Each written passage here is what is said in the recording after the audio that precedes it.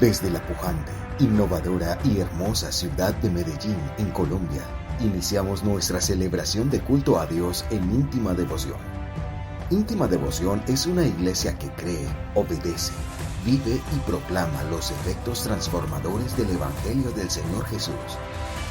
Esta es una transmisión simultánea por nuestro canal de YouTube, Facebook e Íntima Devoción Radio. Descarga gratuitamente nuestra aplicación en las tiendas iPhone y Android. Sean todos bienvenidos. Y dice la palabra del Señor así. Leo en el nombre de Jesús. Los hombres y las mujeres del pueblo protestaron enérgicamente contra sus hermanos judíos, pues había quienes decían: si contamos a nuestros hijos y a nuestras hijas, ya somos muchos. Necesitamos conseguir trigo para subsistir. Otros se quejaban diciendo: por conseguir trabajo para no morirnos, o por conseguir trigo para no morirnos de hambre, hemos hipotecado nuestros campos, viñedos y casas. Había también quienes se quejaban y decían: tuvimos que empeñar nuestros campos y viñedos para conseguir dinero prestado y así pagar el tributo al rey. Y aunque nosotros y nuestros hermanos somos de la misma sangre, y nuestros hijos y los suyos son iguales, a nosotros nos ha tocado vender a nuestros hijos e hijas como esclavos. De hecho, hay hijas nuestras sirviendo como esclavas y no podemos rescatarlas, puesto que nuestros campos y viñedos están en poder de otros. Señor y Dios nuestro, esta mañana te adoramos por tu santa bondad, por tu santa palabra. Hemos venido hasta acá para rendirte culto y nos hemos dispuesto para escuchar tu palabra. Padre de misericordia, yo te ruego, Señor, que toques el corazón de todas estas personas que están esta mañana acá. Que tu Espíritu les abra el entendimiento para que ellos comprendan las Escrituras y que decidan vivir santamente para tu reino. He orado a ti, mi Padre Celestial, en el nombre de Jesús el Señor y por el poder de tu Espíritu Santo. Amén, amén y amén. Pueden sentarse, queridos hermanos, por favor. Les voy a rogar, me disculpen, voy a quitarme esto. ¿Tienen calor? Ya saben, estamos recogiendo para un aire acondicionado. Si a alguno le sobra un aire acondicionado en la casa, lo puede traer. Pero sí está haciendo mucho calor, ¿cierto? Gloria a Dios por este calor tan rico. No pierda el contentamiento. ¿Cómo? No pierda el contentamiento. Debemos estar contentos con todo lo que tenemos. Quiero compartir con ustedes este mensaje que he titulado Sin dinero en el bolsillo. Y he tomado este capítulo 5 de Nehemías porque, como ustedes saben, llevamos varias semanas desde el año pasado estudiando todo el libro de Nehemías. En el capítulo 1 observamos cómo Nehemías se entera que Jerusalén está destruida, solo hay escombros. Han pasado más o menos 150 años desde que Nabucodonosor y su ejército neobabilónico, en cabeza del general Nabuzaradán, destruyeron la ciudad, llevaron cautivos a la crema innata del país y los llevaron hacia la capital de Babilonia. Pero Nehemías se da cuenta que la ciudad está destruida, que los sepulcros de sus antepasados están destruidos. Y dice la Biblia que él sintió en su corazón que tenía que hacer algo. En el capítulo 2 se nos cuenta cómo él habla con el rey Artajerjes de Persia le permite ir hasta su ciudad, a Jerusalén, unos 3.000 kilómetros más o menos. Ese viaje significaba más o menos unos 3 o 4 meses a lomo de camello o de burro o de caballo. En el capítulo 3 entonces se nos dice cómo ya ellos empiezan a reconstruir la ciudad y cómo alrededor de la ciudad había una muralla que significaba la protección para el interior de la ciudad.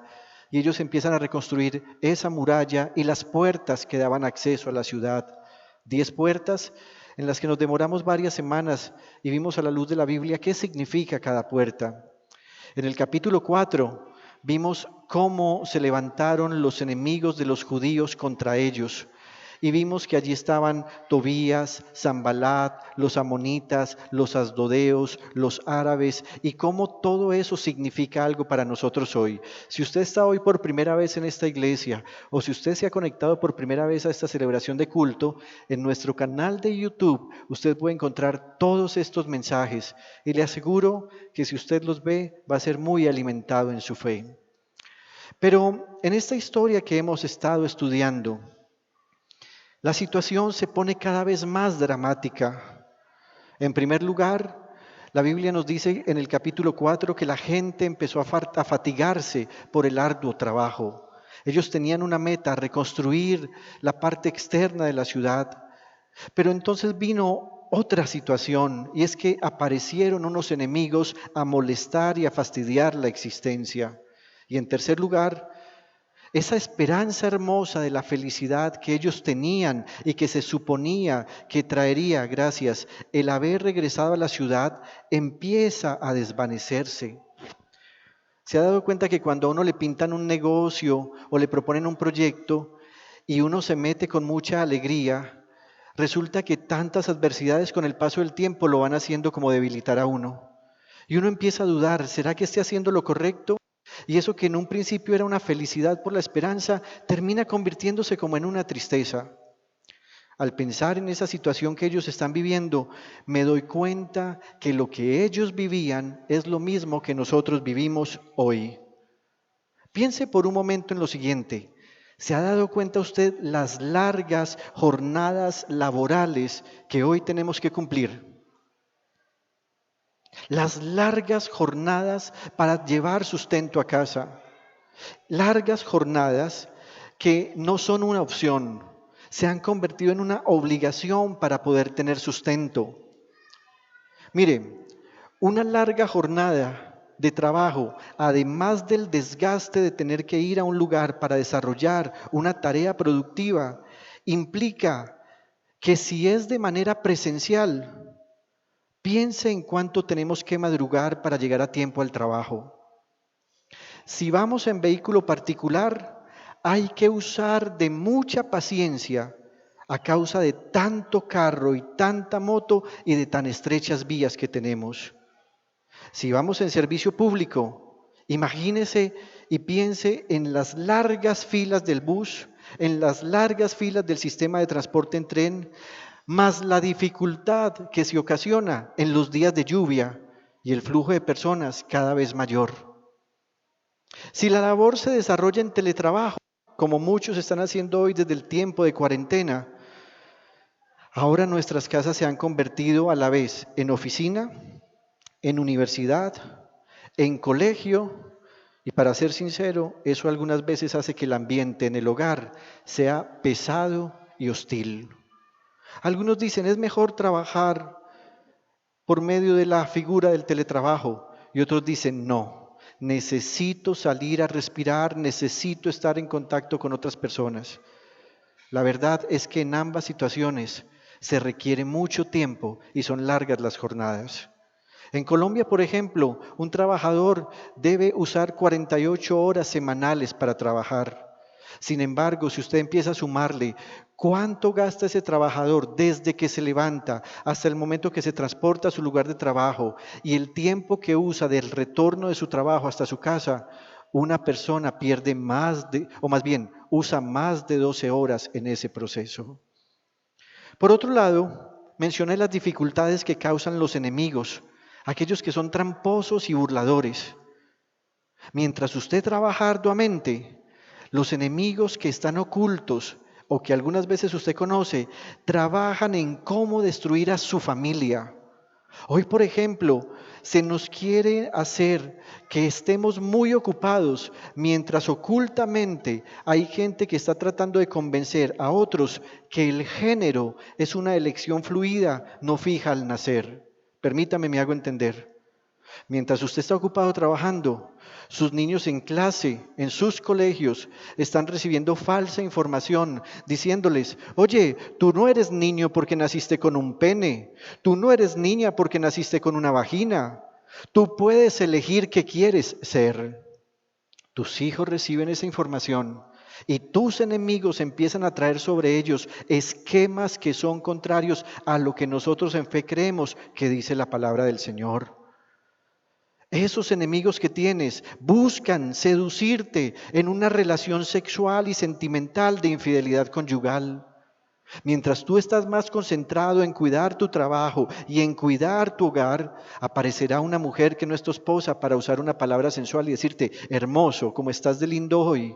Y aunque no te dijo, quiero irme contigo a la cama, usó un dardo tramposo para sembrar seducción y sensualidad en ti. Lo mismo ocurre con las damas. Esos enemigos planean cómo atrapar a tus hijos en las drogas y en el sexo ilícito. Cuando tú le dices a tus niños, ay, vayan para la calle un ratico, vayan y refrésquense. En la calle encontrarán personas que gratuitamente les ofrecerán pornografía, drogas y alcohol. Tanto trabajo y tanto cansancio contrastan con la idea de la felicidad y plenitud que recibimos cuando venimos a la iglesia. Permítame, me hago entender. Cuando venimos a la iglesia, somos alimentados en la fe. Sentimos que recibimos nuevas fuerzas, sentimos la voz de Dios. Sin embargo, ese empoderamiento espiritual algunas veces no nos sacia o no nos alcanza para el resto de la semana con todas las dificultades que ella conlleva. Y no es que la palabra de Dios sea escasa. La verdad es que vivimos en una guerra tremendamente malvada y cruel, que es espiritual, que quiere atentar contra lo que tú crees. Así que cuando recibes una predicación y guardas esa palabra en tu corazón y te vas con la esperanza que se cumpla, empezará el enemigo a bombardearte. ¿Y sabes qué pasará? Empezarás a sentir tedio por venir a la casa de Dios. Habrá momentos en que al escuchar las alabanzas tú no quieres abrir tu boca. Habrá momentos en que te pedimos que te pongas en pie y tú dirás, pero quiero estar sentado. Todo eso ocurre y además eso era lo que le ocurría a ellos allá. Y como si no fuera suficiente, ahora se va a sumar un asunto más que hace más dramática la situación y es la falta de dinero. La Biblia nos está diciendo acá que ellos han abierto su boca para quejarse porque no tienen dinero en los bolsillos. Una de las cosas que más preocupación nos genera en la vida es la falta de dinero o la escasez. No debería ser así, pero seamos sinceros. Cuando a uno le falta el dinero o cuando se le está acabando, uno empieza a sentir una cierta revoltura en el estómago. Inclusive algunos empiezan a tener un comportamiento que los lleva al enojo, a la irritabilidad, a la ira. Todo por el temor a la escasez o a la falta de dinero. En la historia que estamos viendo, hemos visto sin duda la ayuda del Señor en cada situación. Por ejemplo, en el capítulo 1 la Biblia dice que Nehemías oró y Dios le respondió. En el capítulo 2 vemos cómo Dios le dio gracia ante el rey para que le permitiera viajar. En el capítulo 3 vimos cómo ellos empiezan a trabajar en medio de todas las dificultades. En el capítulo 4 vemos cómo ellos recuerdan quién es Dios y sienten aliento. Pero cuando han llegado a este punto de la escasez, ellos se dan cuenta que la situación es aguda y que esos problemas económicos son muy serios. Van entonces donde Nehemías y le van a plantear 3 razones por las cuales su situación económica está en estado crítico. La primera, ellos dicen, por el crecimiento familiar. En los versículos 1 y 2, ellos le dicen a Nehemías, los hombres y las mujeres del pueblo protestaron enérgicamente contra sus hermanos judíos, pues había quienes decían, si contamos a nuestros hijos y a nuestras hijas, ya somos muchos, necesitamos conseguir trigo para subsistir. Entre más grandes las familias, más recursos se necesitan para subsistir. Cuando usted está solo puede resolver su vida con una lata de atún y con un pan. Inclusive algunas veces lo puede resolver con un sancocho de tienda, un pedazo de pan con quesito y salchichón. Sin embargo, cuando usted tiene una esposa y cuando empieza a tener hijos, ya las cosas no se resuelven tan fácilmente. Necesitas más alimento, necesitas pensar en más ropa, en más medicamentos, en más útiles escolares, en más financiación para los colegios y universidades de tus hijos. Cuando una familia crece, se hace necesario que el presupuesto mejore, pero normalmente esto no ocurre. En ninguna empresa le dicen a la gente, muy bien, vas por tu cuarto hijo, te vamos a subir el salario, felicitaciones, bravo. Por el contrario, cuando más hijos tienes y más presupuesto necesitas, la única alternativa que hay es que debemos hacer maromas para que todos tengamos lo básico y lo necesario. Algunas veces nos gusta más la leche deslactosada, pero resulta que hay promoción de leche que no es deslactosada y tú prefieres llevar esa y aguantarte las flatulencias o inclusive no tomar con el fin de no ampliar tu presupuesto. La mayoría de las veces, aunque no en todos los casos, se prioriza la atención en los más vulnerables o más pequeños. Gracias, pastor. Cuando una familia crece, entonces ya uno no piensa tanto en uno, ahora uno piensa en el pequeñito. Ahora uno va y compra la leche Similac y uno pregunta, ¿cuánto cuesta? 95,000. Y uno dice, oh, 95,000 en leche. Ah, la experiencia. Ah.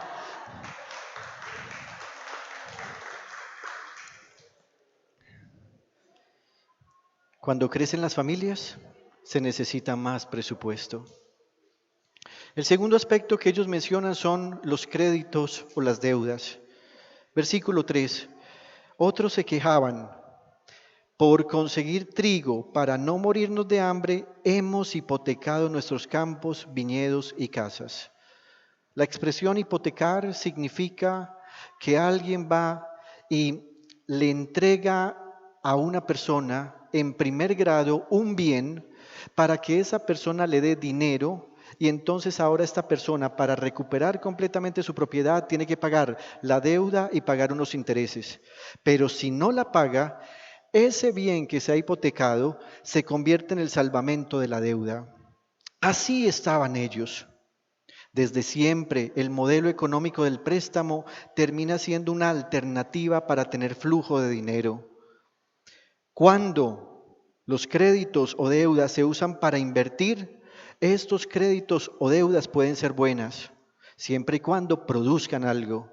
Pero también los créditos pueden ser una mala alternativa y lo son cuando se usan para subsistir o sobrevivir, al punto que la economía familiar llega a ese instante en que se revienta.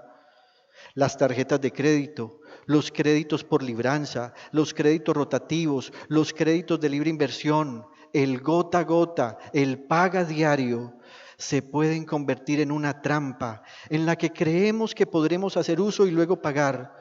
Pero con el tiempo nos damos cuenta que a medida que pasan los días y los meses, más debemos, más intereses se generan y no somos capaces de pagar la deuda. El tercer aspecto que ellos le mencionan a Nehemías son los impuestos. Versículo 4. Había también quienes se quejaban. Tuvimos que empeñar nuestros campos y viñedos para conseguir dinero prestado y así pagar el tributo al rey. En la historia que nos atañe, Jerusalén seguía estando bajo el dominio de los reyes de Persia. En el capítulo 12 nos menciona que el rey de ese momento era Artajerjes. Y resulta que la costumbre es que cuando un emperador invadía un territorio, él se llevaba a las mejores personas de esa población y les brindaba educación en el nuevo lugar a donde se los había llevado cautivos. Y en el lugar, en el país original, normalmente quedaban las personas más pobres, los que no eran llamativos, los que no tenían preparación académica, los que no tenían recursos. Sin embargo, el emperador de turno les decía, si ustedes quieren seguir viviendo aquí libres, tienen que pagarme impuestos. Así que eso ocurría en esa época. El emperador de turno exigía impuestos y esos impuestos que eran altísimos eran para la manutención del gobernador y de los funcionarios que quedaban en el país, pero otra porción tenía que ser llevada a la ciudad donde residía el emperador. En este caso, llevaban parte de los impuestos a Susa, que era la capital del imperio. Gracias a algunos manuscritos de historia y a algunas conjeturas que sacamos, podemos decir que hubo otro elemento que estaba afectando la economía del país. En Esdras se nos dice que en esa época había tanta lluvia, estaba lloviendo tan fuerte, que por eso los cultivos de trigo se dañaron. Así que piensen lo siguiente: las cosechas se perdieron, la gente se quedó sin capital de trabajo, se quedaron con las deudas de los préstamos, pero además con las obligaciones de dar el impuesto al rey de Persia. Pensaba en todo esto y dije, no es diferente a nuestra realidad. Al trasladar estos hechos a nuestro hoy, me gustaría invitarle a pensar en unos aspectos. Por ejemplo, en el caso de Colombia, un empresario, piense en un empresario, puede ser ese empresario donde usted trabaja o uno que usted conozca. En Colombia, un empresario paga casi el 60% de sus utilidades en impuestos. Ser empresario en Colombia no es algo fácil.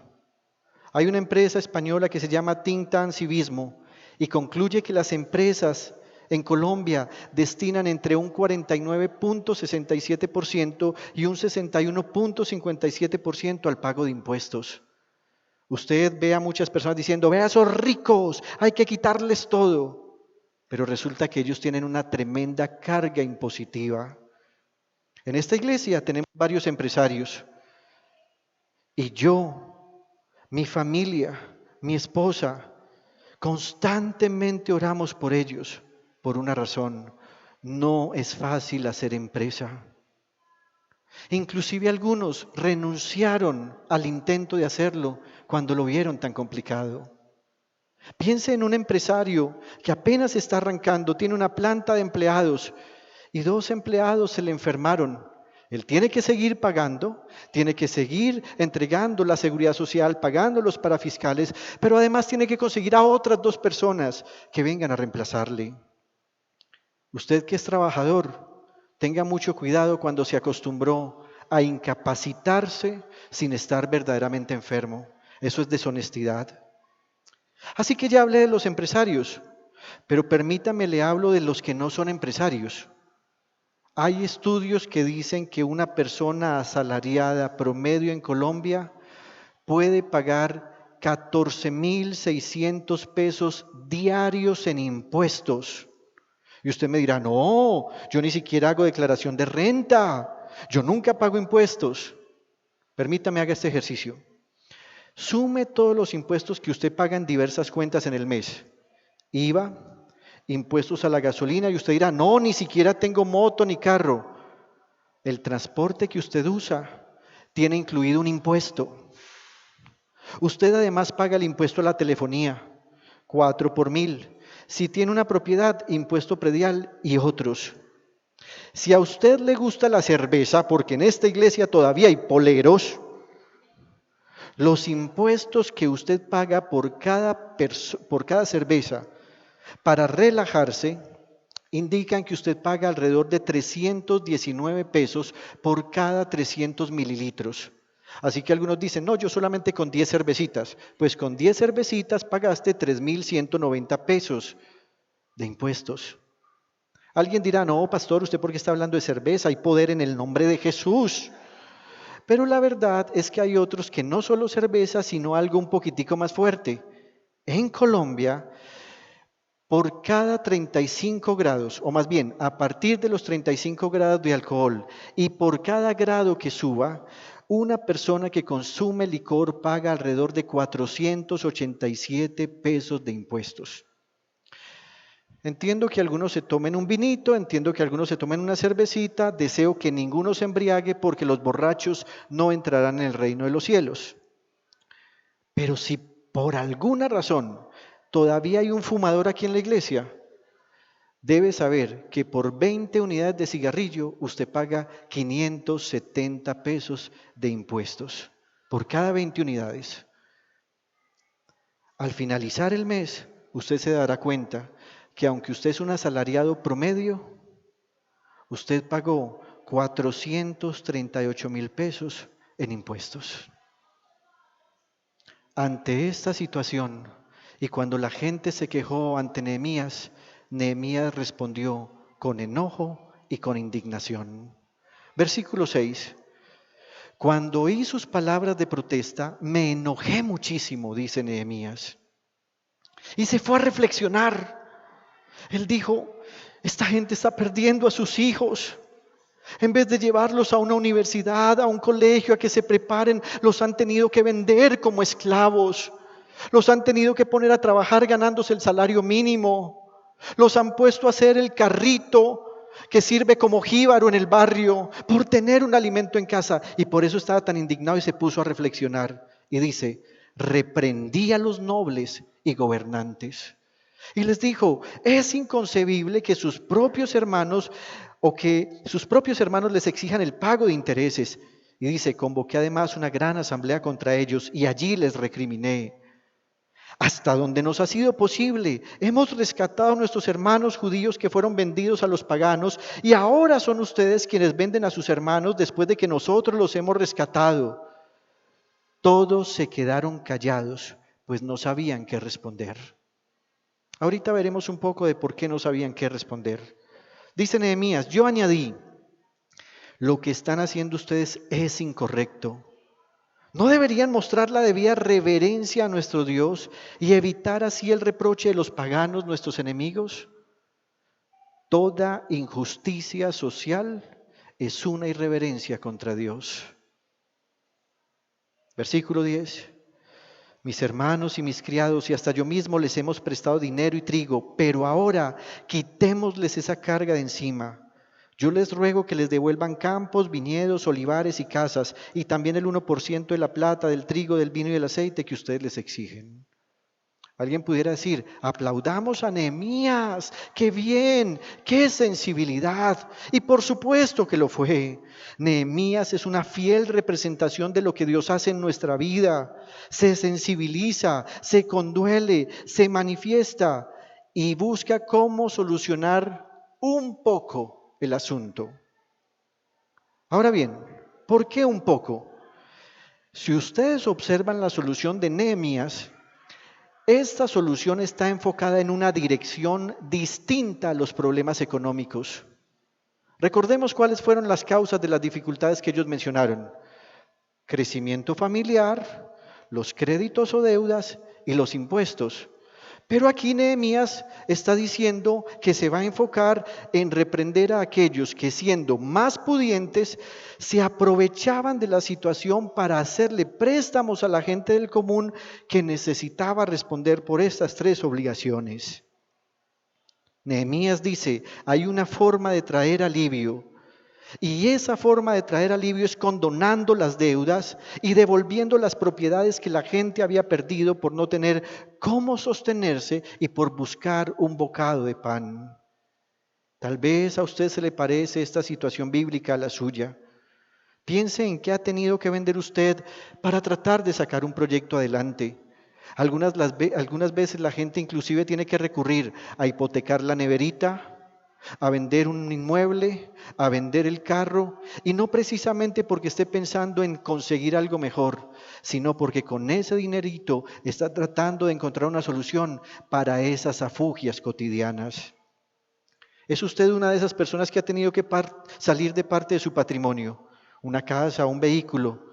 ¿Ha tenido que usar usted dinero de lo que usted vende para cubrir deudas?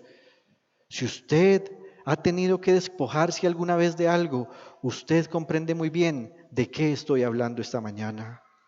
La propuesta de Nehemías tenía un alto contenido espiritual y una lógica económica. Nehemías dijo, si la gente puede recuperar su capital, entonces podrá educar a sus hijos con bienestar, pero también podrá pagar sus deudas y pagar los impuestos. ¿Cómo?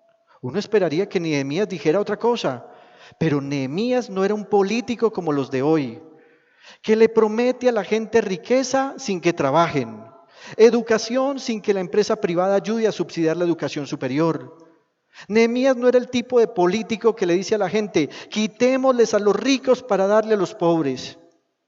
Nehemías tampoco propuso quitarle el ahorro pensional a la gente para darle a los que no quieren trabajar. Él proponía que los que habían caído en pobreza después de haber tenido, tuvieran una nueva oportunidad para que así todos pudieran trabajar con capital y que solidaria y cooperativamente sacaran adelante el país. ¿Sabe algo? Hace unos gobiernos atrás, un presidente de la República dijo, vamos a devolverle todos los bienes a aquellas personas que por causa del conflicto perdieron sus terrenos, sus propiedades. Y todo el mundo dijo, muy bien, pero eso se demoró varios años mientras los políticos corruptos, congresistas, magistrados y toda esta parranda de sinvergüenzas se quitaban aquello de lo que ellos mismos se habían aprovechado. Finalmente, después de muchas discusiones, salió una ley. ¿Y sabe qué pasó? En Colombia la corrupción no es solo de los políticos, es de todos. En esos listados entraron personas que nunca habían perdido nada, que nunca fueron desplazados, pero como podían pagar 4.800.000 pesitos para que lo metieran a la lista, entonces se convirtieron en reclamantes de tierra, ignorantes que traen maldición sobre ellos y sobre sus familias. La Biblia dice que contrario al comunismo que hoy se nos propone disfrazado de progresismo, hay una manera lógica de lograr la riqueza y la estabilidad económica. Y quiero compartir con ustedes esta fórmula bíblica para que pensemos en qué fue lo que propuso Nehemías. Él dijo, trabajo basado en capital, más ahorro, más generosidad, más santidad es igual a bienestar económico. La solución que Nehemías estaba brindando era muy distinta a la que tal vez ellos esperaban. En cuanto al trabajo que capitaliza, la Biblia dice lo siguiente: prepara primero tus faenas de cultivo y ten listos tus campos para la siembra. Después de eso, construye tu casa. ¿Qué significa este texto? Lastimosamente, mucha gente trabaja para tener una casa. Se convierte en el propósito de la gente. Y digo lastimosamente porque desde muchos siglos atrás nos metieron una falsa premisa que dice, tener casa no es riqueza, pero no tenerla es mucha pobreza. Eso es falso. Lo que la Biblia está diciendo acá es, muy bien, tienes un terreno, tienes una opción. Puedes construir tu casa, pero esa casa no te producirá nada. O con ese terreno empiezas a cultivar y empiezas a traer sobre ese terreno el cuidado del agricultor. Después de un tiempo te va a dar cosecha. Puedes ir y vender tu cosecha y te queda el dinero de la cosecha más ese capital de trabajo. Si insistes en hacerlo, dice la Biblia, cuando pase el tiempo y hayas trabajado arduamente, podrás alcanzar la comodidad teniendo una casita. Ese no es el pensamiento de la gente de hoy. La gente hoy trabaja de la siguiente manera. Trabajo para el placer, trabajo para los pantalones nuevos, trabajo para el jean, trabajo para el celular, pero siempre están sin dinero en el bolsillo.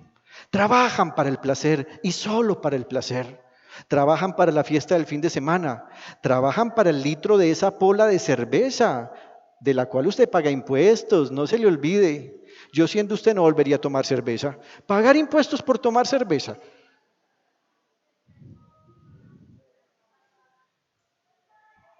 La palabra de Dios está diciendo que la prioridad del trabajo es que podamos multiplicar lo que tenemos. ¿Y cómo se hace? Con trabajo esforzado y constante. Y después, según este texto, se logrará la comodidad. Repitamos el texto, prepara primero tus faenas de cultivo y ten listos tus campos para la siembra. Después de eso, construye tu casa. Recuerde también que en la parábola de los talentos, el rey, que es Jesús, le exigirá a cada miembro de la iglesia que devuelva aquello que le entregó, pero tiene que entregarlo multiplicado. La Biblia llama a eso la parábola de los talentos. Usted recuerda que uno recibió 10, otro recibió 5, una versión dice que otro recibió 2 y que otro recibió 1. El que recibió 10 lo puso a multiplicar y trajo otros 10. El que recibió 5 lo puso a trabajar y lo multiplicó y trajo otros 5. Pero el que se quedó esperando en el progresismo, en el comunismo y dice, tengo miedo, no soy capaz de trabajar y por eso fui y lo escondí, dice que fue echado fuera, donde ocurre el rechinar de dientes. Fue despreciado por Jesús mismo porque no fue capaz de trabajar para capitalizar. Si volvemos a la fórmula trabajo basado en capital, más ahorro, más generosidad en santidad o generosidad y santidad es igual a bienestar económico, me gustaría hablarle ahora del ahorro. La Biblia dice en Proverbios 13:11, el dinero mal habido pronto se acaba. Quien ahorra poco a poco se enriquece. Creo que no hay mucho que hablar acá. Pero también venimos de una sociedad malvada, una sociedad mafiosa. ¿Se ha dado cuenta que hubo épocas, y tal vez todavía la hay en nuestros barrios, en que la gente dice, estudiar, ¿para qué estudiar? La vida es un paseo, disfrutémosla. Pero esos mismos que hablan así, solo están por la plata. Hace algunos días un muchacho fue a trabajar a nuestra casa a hacer un arreglo. Y entonces me dio por preguntarle, oye, tú estás muy joven, ¿por qué no estás estudiando? Y me dijo, es que no sé qué hacer, no sé a qué dedicarme. ¿Qué me sugiere usted? Y yo le dije, no, ¿qué te gusta a ti? Y la respuesta fue, algo que dé plata. Hay un afán por el dinero. Y por eso la gente negocia los principios y los valores y hace aquello que Dios ha prohibido y que ha dicho, el dinero mal habido pronto se acaba. ¿Cuándo ha visto usted un gran narcotraficante en la historia que llega viejito, lleno de riquezas, con su familia y tomándose la foto del año para una revista importante del país? Nunca. Se les acaba el dinero, se les acaba el hogar, se les acaba el nombre, se les acaba su poder. La mayoría de ellos terminan muertos por muerte violenta. En cuanto a la generosidad, que es el otro elemento de esta fórmula, Dios ha dicho, Malaquías capítulo 3, versículo 10, traigan íntegro el diezmo para los fondos del templo, y así habrá alimento en mi casa. Pruébenme en esto, dice el Señor Todopoderoso, y vean si no abro las compuertas del cielo y derramo sobre ustedes bendición hasta que sobreabunde. Alguien dirá, ya va a empezar este pastor a hablar de diezmo, y la verdad es que es un tema que normalmente no hablo, pero que tengo que traer a colación por ser la verdad bíblica. Querido hermano, el que no diezma no recibe bendición sobreabundante de Dios. Y no se equivoque, la Biblia nos muestra que una cosa es el amor de Dios, otra cosa es la bondad de Dios y una cosa muy distinta es el favor de Dios. El favor de Dios cae en esto, en lo que el texto está diciendo, bendición hasta que sobreabunde. Por el amor de Dios hay alimento para todos. Por la bendición de Dios, lo que haga una persona justa puede producir más. Pero el favor de Dios implica que inclusive en la peor necesidad, escasez o situación, Dios se acordará de aquel que diezma y dice él que abrirá las ventanas de los cielos y derramará bendiciones hasta que sobreabunde. ¿Por dar el diezmo? No, no es por dar el diezmo. Es por haber creído que en su generosidad está entregando a Dios aquello que a Él le pertenece. Piensa en lo siguiente, cuando usted invita a alguien a su casa y usted va a partir un pan, usted normalmente no le pone la colita del pan a la visita. ¿Por qué lo hace usted? Porque de alguna manera usted está queriendo honrar a esa persona y a usted le da pena. Inclusive, si el pan se acabó y solo esa colita quedó para usted, a usted que detesta esa colita, usted se la sirve y ese día por pena se la come como si fuera el más rico banquete. ¿Qué hacemos cuando entregamos a Dios? ¿Qué parte estamos entregando a Él? ¿Qué de nuestra generosidad y amor estamos entregando? Ahora bien, usted dirá, ¿y por qué este tema incurre en la generosidad? ¿Sabe algo, hermanos? El fin de semana pasado tuvimos nuestra asamblea como iglesia.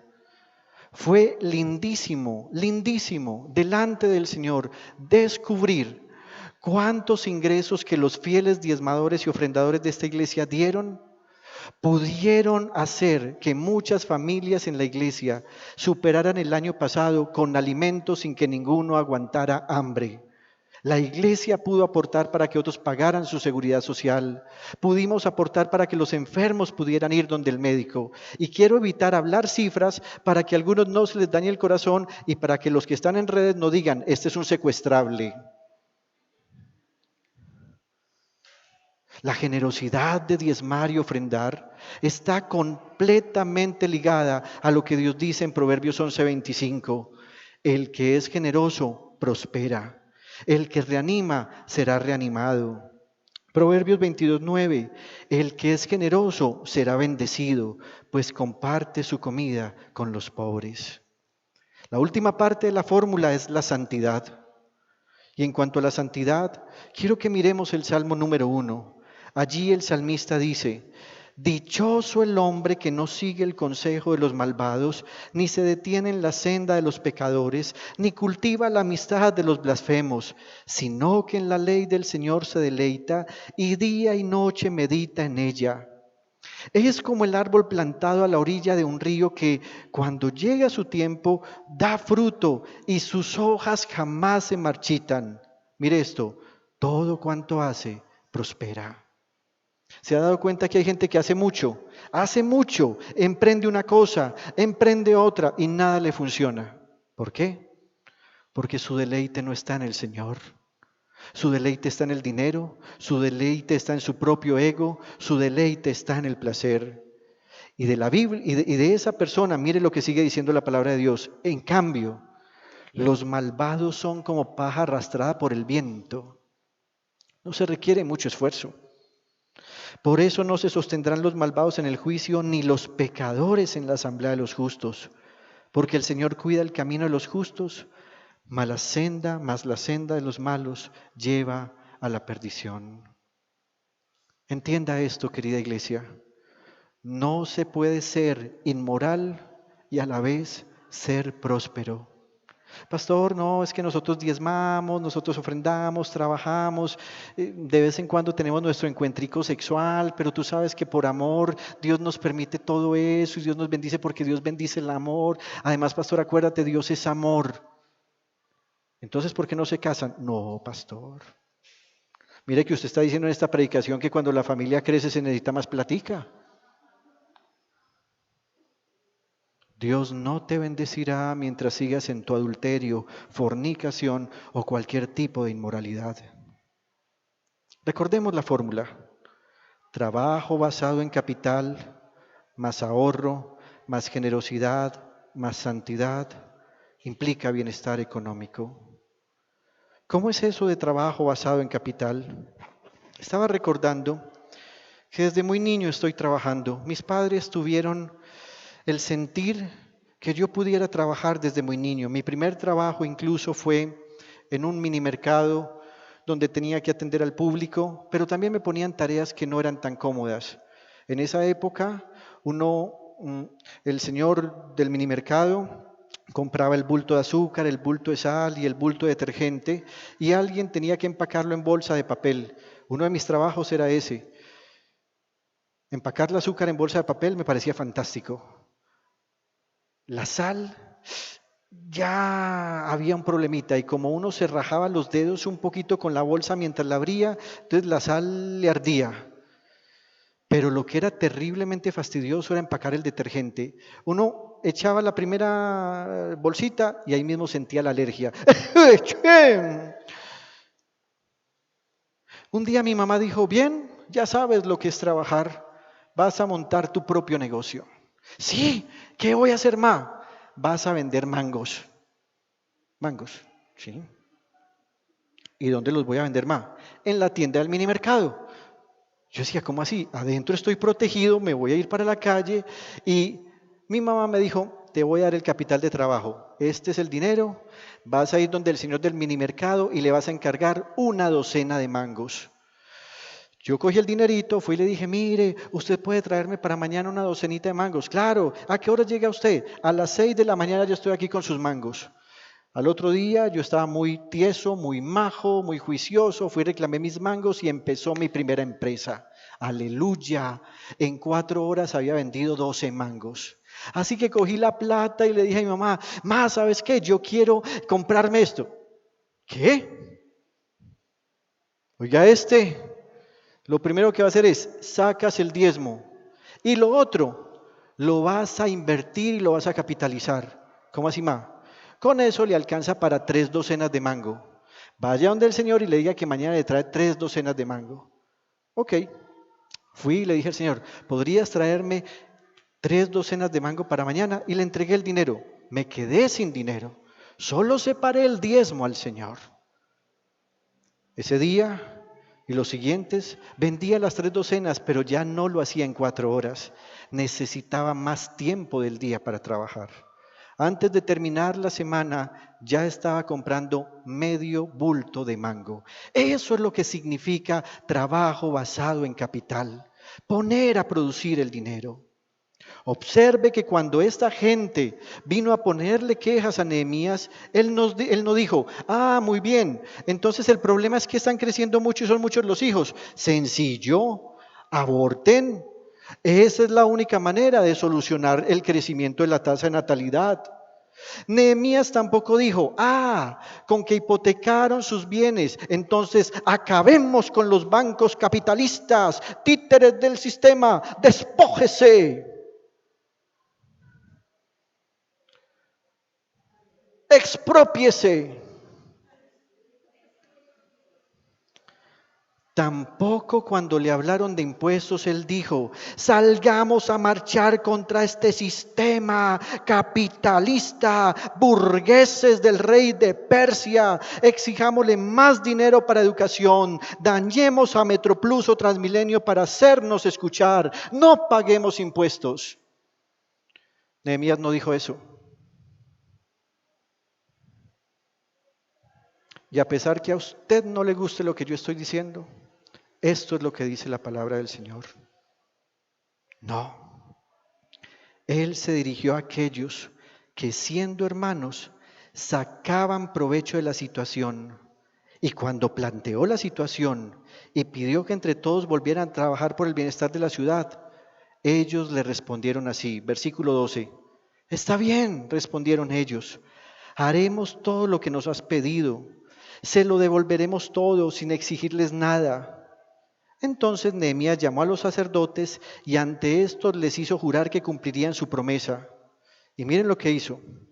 Cogió su manto, que se cree que era un manto de trabajo y no el manto religioso, y el manto de trabajo tenía unos bolsillos donde ellos empacaban sus herramientas, y dice, luego me sacudí el manto y afirmé, así sacuda Dios y arroje de su casa y de sus propiedades a todo el que no cumpla esta promesa. Así lo sacuda Dios y lo deje sin nada. Y toda la asamblea respondió, amén. Y alabaron al Señor y el pueblo cumplió lo prometido. ¿Sabe algo, hermanos? La Biblia muestra que hay diferentes tipos de pobreza. Hay pobrezas que es por mala administración. Hay pobrezas que son por causa de una maldición de Dios. Hay pobrezas que son transitorias en las que Dios va a bendecir a alguien, pero primero lo pasa por el dolor para formarle su corazón. Sin embargo, me parece impresionante esto que dice aquí. Así lo sacuda Dios y lo deje sin nada. Después de este acto, Nehemías va a narrar cómo él mismo fue ejemplo con sus acciones. Hoy nos estamos quejando de la corrupción del sistema, de los gobiernos, de los presidentes. Pero muchas veces en nosotros mismos hay corrupción. Sobornamos al guarda de tránsito, nos pasamos el semáforo en rojo. Inclusive todavía estamos en esa cultura de creyendo que gritando más atemorizamos a un funcionario cuando no nos hace una tarea que siendo amables. Así que si la señorita de la EPS se demora en responder, es que ustedes no responden, es que usted no sabe con quién está hablando. Y la señorita seguramente allá piensa, pues la verdad no sé con quién está hablando. No, cálmese, señor, discúlpenos. Queremos exigirle a los demás, pero no estamos dando ejemplo. Mire lo que dice el versículo 14.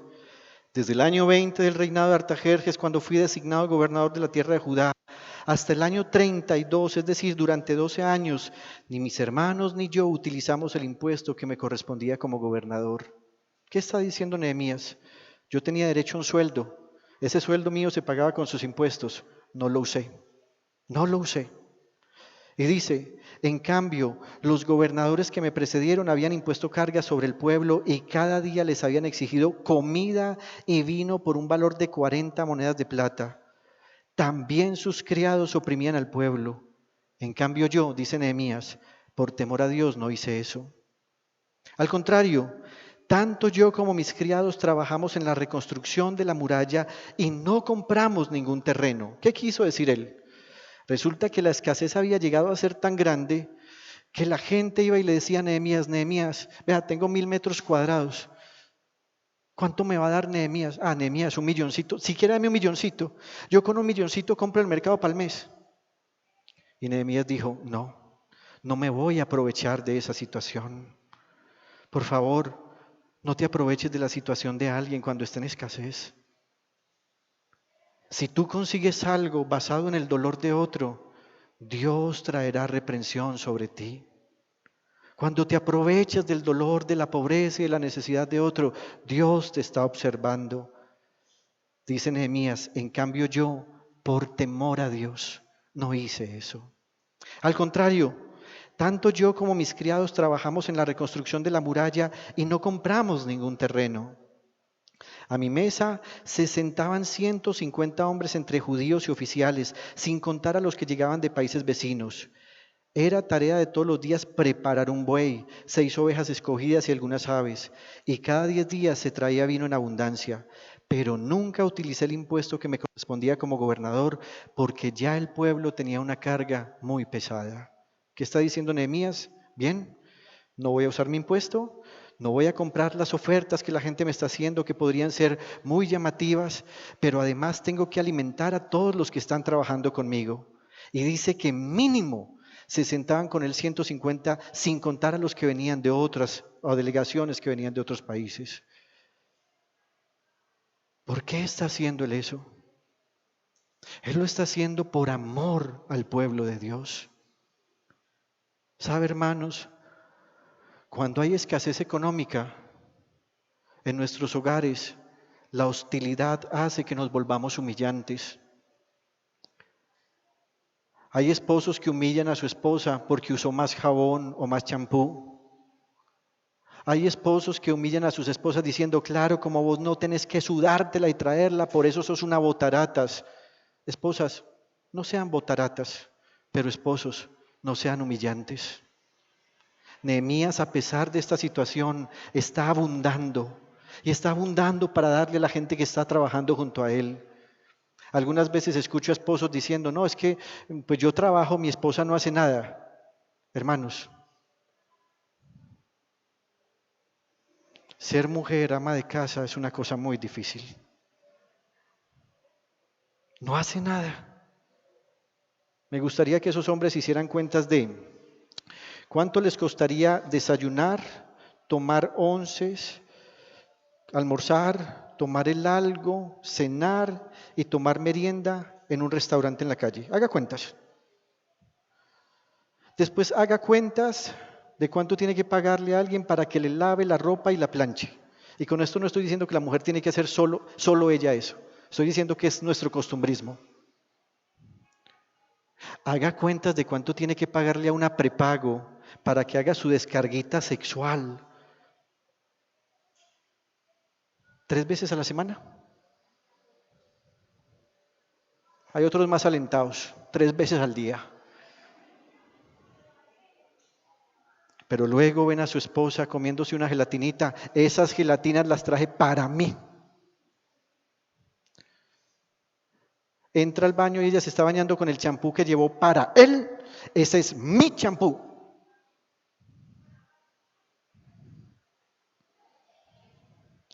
Te dije que no voy a volver a comer arroz. Así que ten la bondad de no tocarme mis lechugas. ni mi quinoa son para mí.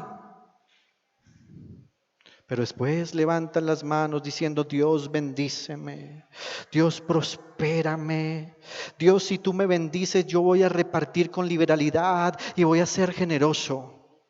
Si no eres fiel en lo poco, ¿qué vas a pedir grandezas para ti? Cuando Nehemías llega a ese punto, ya no narra más y se dirige al Señor para decirle: recuerda, Dios mío, todo lo que he hecho por este pueblo y favoréceme. Una oración donde le pide al Señor su favor. Y al llegar a este punto, me gustaría compartir con usted unas reflexiones. Primera, todos hemos experimentado lo que es no tener dinero en el bolsillo. Todos. Todos hemos tenido que decirle a un familiar: ¿sabes qué? Hoy no puedo ir, es que tengo un compromiso. Y resulta que el compromiso es que mientras te hacía la invitación, tú miraste y te diste cuenta que ni para el pasaje tenías. 2. En Nehemías podemos ver a Jesús el Señor compadeciéndose de nuestra realidad. Sáquese esa basura de la cabeza que le ha hecho creer a usted cosas como: no, en esta escasez Dios me abandonó. No, la Biblia dice: no he visto justo desamparado, ni su descendencia que mendigue pan. Por más escaso que esté, hay una riqueza más profunda. Jesús el Señor está compadeciendo de ti en tu realidad.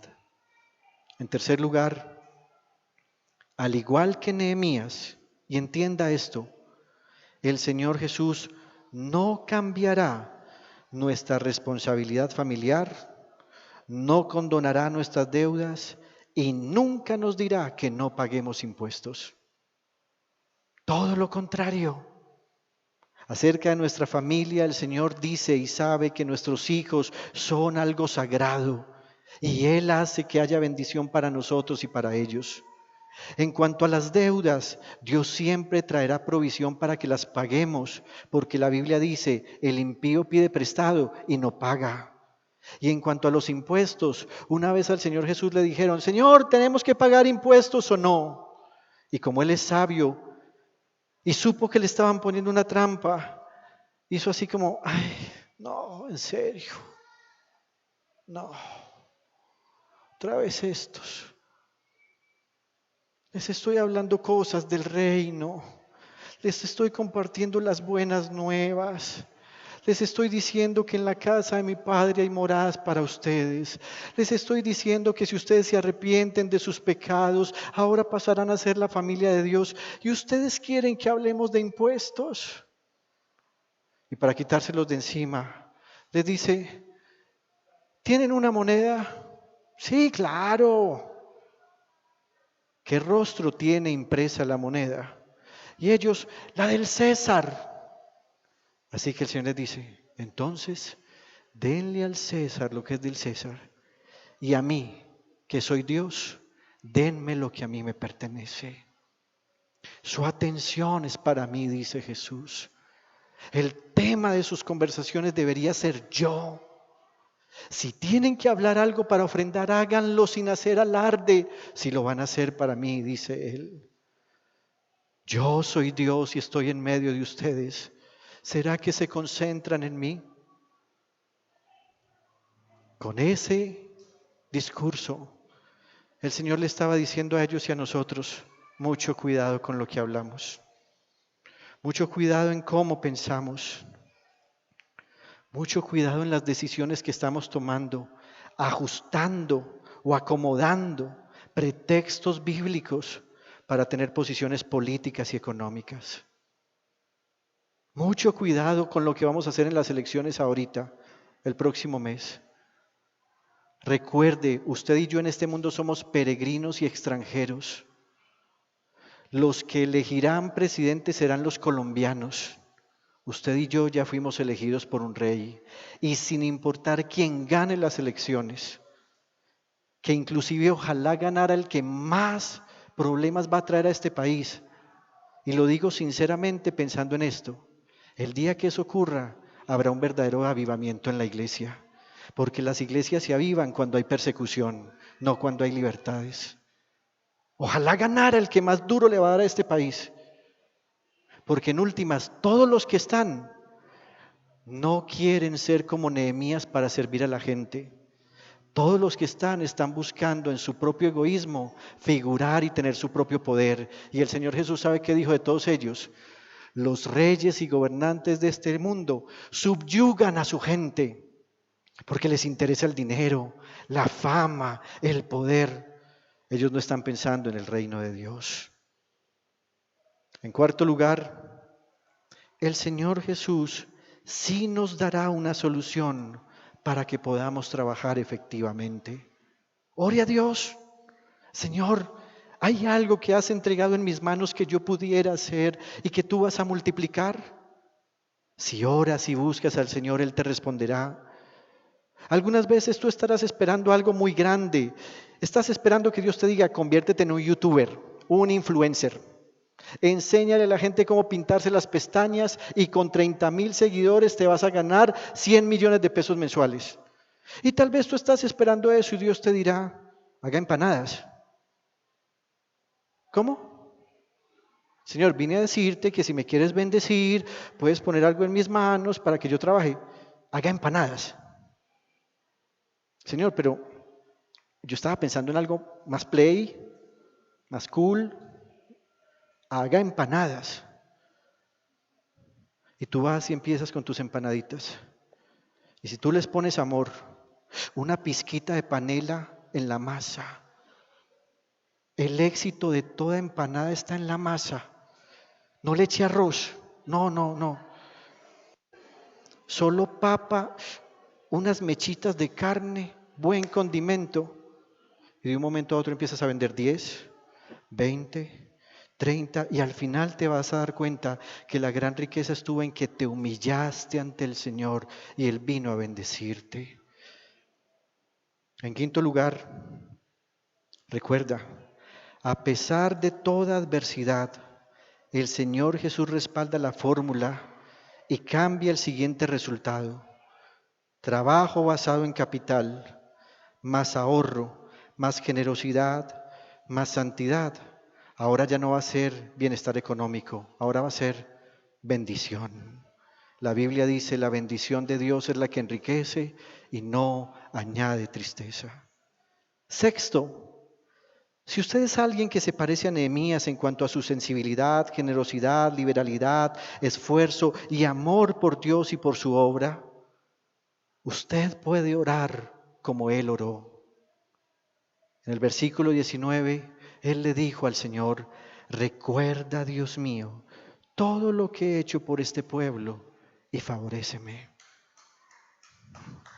Gloria a Dios.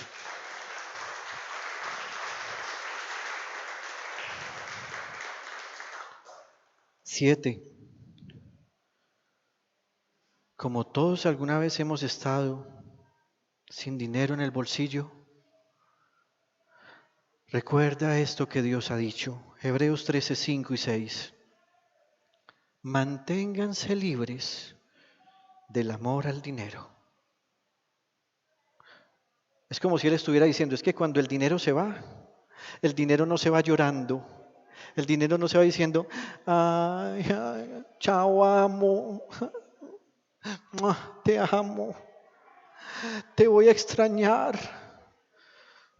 Mientras mientras el dinero se va, nosotros estamos, ay no, no voy a romper el billetico de 50, ay no, es el último, ay no, es que si compro eso se me vuelve dinero de bolsillo, ay, no, el dinero está feliz de irse de tu lado.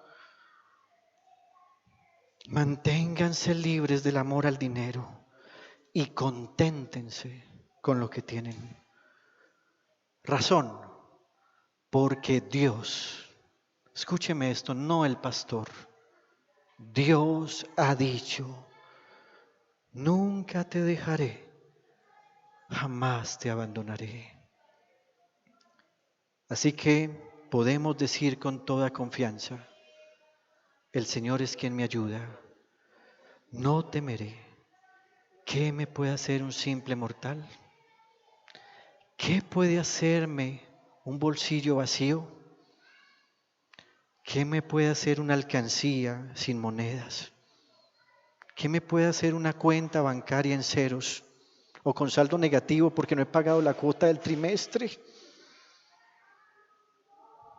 No me puede hacer nada porque el Dios verdadero ha dicho: yo estaré contigo, nunca te dejaré, jamás te abandonaré. ¿Qué tal si hacemos este ejercicio para terminar? Yo diré las palabras que Dios ha dicho, que están en el versículo 5, y usted responde en fe con el versículo 6. Manténganse libres del amor al dinero y conténtense con lo que tienen, porque Dios ha dicho: nunca te dejaré, jamás te abandonaré. Y usted responde con confianza: "Eh,